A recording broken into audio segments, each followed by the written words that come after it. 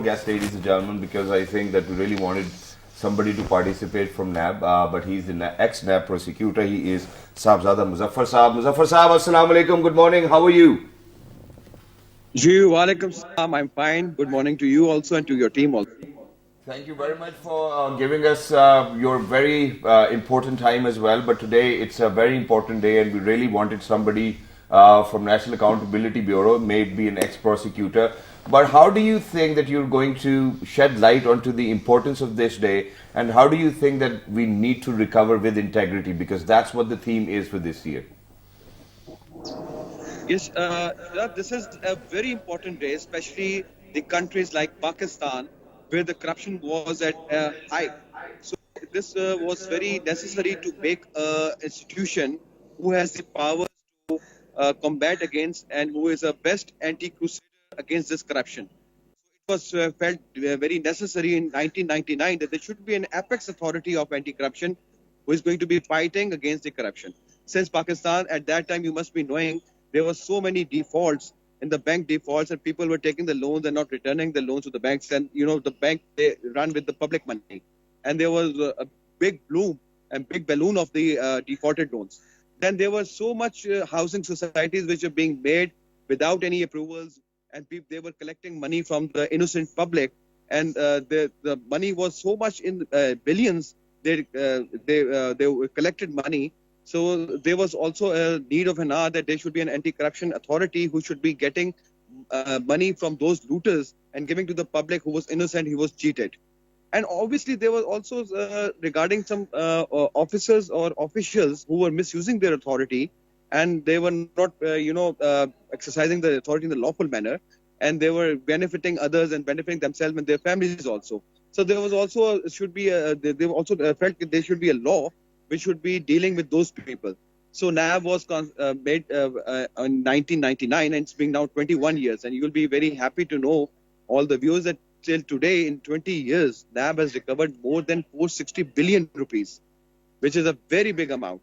Previously, if you can see, there was a Federal Investigation Agency. Then you can see there was a anti-corruption agency, but the conviction rate but the recovery rate was not up to the mark.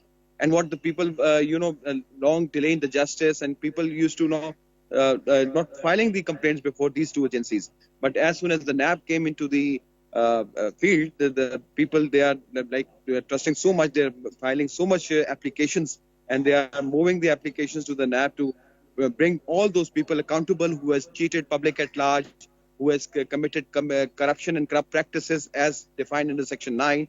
And see, you can also be happy to know about this, that there is the conviction rate of the NAB is more than 70%, which is very remarkable in the present regime. Exactly. Wonderful that is. But now, Sahibzada Sahib, what I want to ask you is that first things first, obviously, there are two things which the Prime Minister has actually spoken about as well, and Prime Minister Imran Khan has said. There was this official event where he was actually talking about the Prime Minister portal as well, and there were a lot of people who actually talked about bureaucrats being corrupt as well, and he said that now we're not going to transfer a bureaucrat who's actually corrupt, we're actually going to sack them. Number one, it's good. Number two, Imran Khan is standing with his and he's very firm with his orders as well, of what he's trying to say, that I'm not going to give NRO. But with the previous governments, we have seen that national reconciliation ordinances have been actually given to different political figures, and they just got away with it. So don't you think that NRO was actually a theft into the public's pocket? Actually, our Prime Minister, his vision is very clear. He always talk about corruption because he knew that the corruption has basically the major evil in Pakistan economy and all the development is the corruption. So he knew about this, and he knew, and you have been watching and listening also, okay, what level of corruption was being faced previously in previous regimes. So now there are some loopholes also in the law, because if a person is being tried for misuse of authority and he has not taken any benefit, so that person, he should not be entangled with the corrupt practices.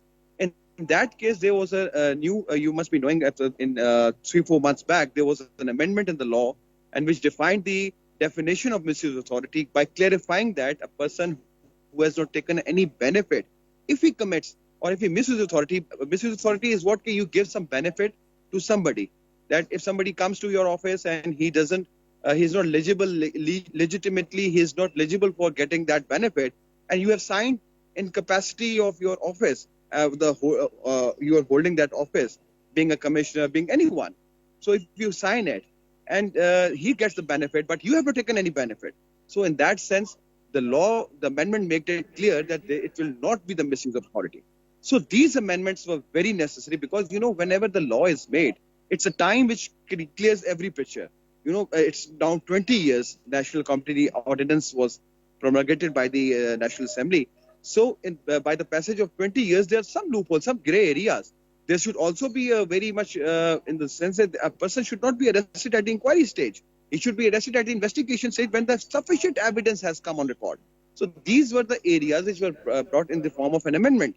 But I fail to understand. I think all the parties should go for it, because these amendments, which are necessary and need of an hour in the ordinance, that has to be promulgated and should be made applicable to all the people to make it a more transparent manner.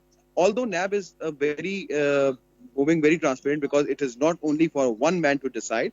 It is a board which has to decide. Board constitutes so many people, 10 to 12 people are board. There are two types of board, one at the regional bureau and one at the headquarters. So 10 and 12 people at the regional bureau, and then 10 to 12 people at the head office level, they decide the fate of the case. So it is not like a one-man show. A one IO can decide the fate of a case. I don't believe NAB can proceed like this, because being the part of NAB for 6 years, I know how much NAB is, moves like that in the cases. So in this sense, you don't worry for that.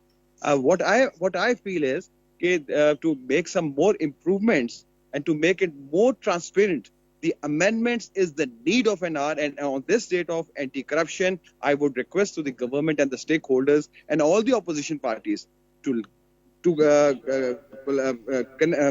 make sure that these amendments and find a solution, work in the right direction, a unanimous solution. But thank you so much, Mr. Muzaffar, for being with us and being so enlightening and insightful as well early in the morning. I do totally agree, Shahzad. This is collective efforts are definitely needed for this. But talking about corruption, well, it is definitely the misuse of public office for private gains. Ms. Afshan, you being, well, I want to say now also, do you have something to say? Yes, I do have something to say as well, because Sabzada